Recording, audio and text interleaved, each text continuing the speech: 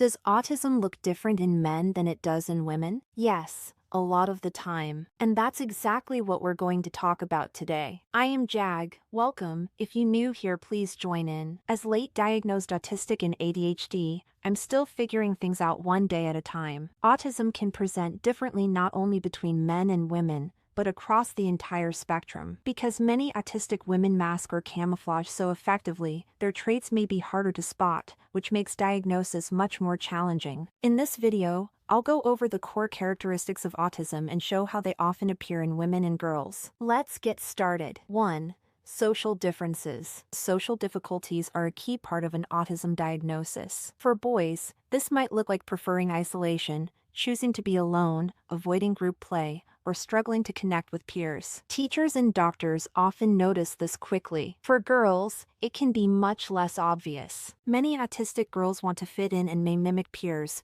replay social interactions in their heads, or push themselves to join group activities. On the outside, they might look like they're managing well, but inside they're often exhausted or overwhelmed. This high level of masking hides the struggle, but the emotional cost is very real. 2. Special interests. Autism is often associated with highly focused, restricted interests. For boys, these interests can look unusual or very specific, like memorizing every detail about World War II tanks or knowing every stat about a sports team. Because the topics seem unusual, they stand out. Girls also have special interests, but they often look more socially typical, like horses, celebrities, TV shows, or books. The difference is in the intensity. The focus, depth, and distress when the interest isn't accessible can be very different from neurotypical peers. Later in life, this can translate into becoming incredible researchers or deep experts in certain fields, but because their interests don't always stand out as strange, they're often overlooked as autistic traits. 3. Masking and camouflaging. One of the biggest differences between autistic men and women is camouflaging. Research shows that women are more likely to put energy into blending in. This might mean copying other social behaviors, forcing themselves to talk about acceptable topics instead of their real interests,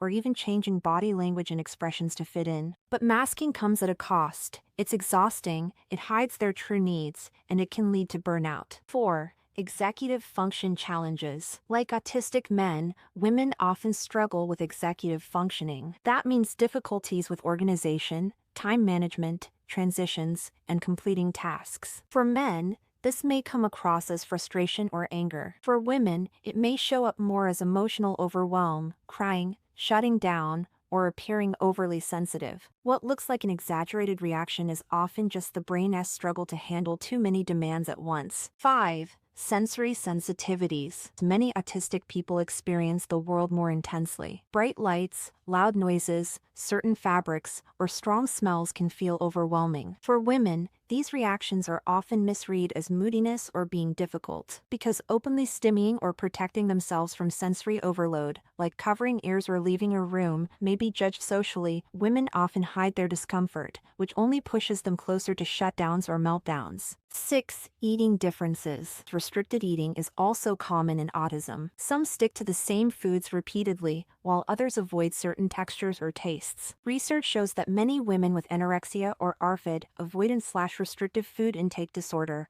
also meet criteria for autism. The overlap between autism and eating challenges is much higher in women than in the general population, but often overlooked. 7. Sleep and fatigue. Sleep issues are common too. For women, even small disruptions, like a partner's snoring, can wreck sleep and lead to chronic exhaustion. But instead of being able to set boundaries, many autistic women push themselves to cope quietly, which worsens burnout. 8. Stimming. Everyone stims, but autistic people rely on it more to regulate emotions and sensory input. Boys might rock, flap, or repeat sounds. Women often stim in subtler ways, like twirling hair, picking at skin, tapping feet, or listening to the same song on repeat. These stims can look socially acceptable, which again makes autism less visible in women. 9. Emotional regulation. Meltdowns and shutdowns happen for both men and women, but women are often taught to internalize emotions, leading to anxiety, depression, or feelings of isolation. What might look like sudden overreaction is often the result of weeks of pushing through without proper support. Afterward, many feel guilty, weak, or like a burden, which only fuels the cycle of burnout. 10. Co-occurring conditions: anxiety, depression, OCD, ADHD, eating disorders, and migraines are all more common in autistic people. Studies show up to 70% have at least one co-occurring condition. For women, this often leads to misdiagnosis. Instead of autism, they might first be diagnosed with anxiety, bipolar disorder, or borderline personality disorder, which delays proper support and treatment. So yes, autism can look different in women than in men. The differences don't mean one is more autistic than the other, they just highlight how broad and diverse the spectrum really is. By better understanding how autism presents in women and girls, we can reduce misdiagnosis, offer earlier support, and help people live more authentic lives. Which traits in this list surprised you the most? What additional traits would you include based on your own experience? Share in the comments. Not only do we learn from each other, but your story might help someone else feel less alone. And don't forget to subscribe for more autism and neurodivergent content. Turn on the notification bell so you never miss an upload. Thanks for watching. This one's for us, ladies. YouTube think you'll enjoy